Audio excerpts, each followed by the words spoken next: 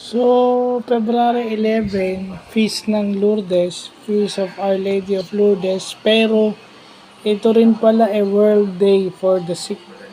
So, ito yung iminungkahi o inintroduce ni Saint John Paul II, ni Idol, ni, ni Pope John Paul II na saint na ngayon.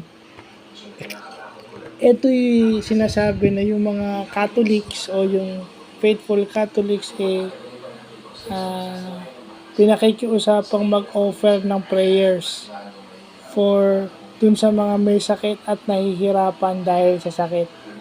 Lalo na yung may mga terminal cases, malalalang sakit. Yung pala yun.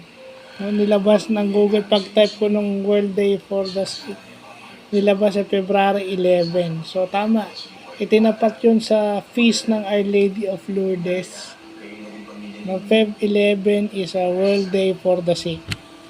So dun sa mga PWD natin na naging PWD dahil sa kanilang matinding karamdaman, dapat tayo magpasalamat dahil hanggang ngayon buhay pa tayo. So, yun lang po.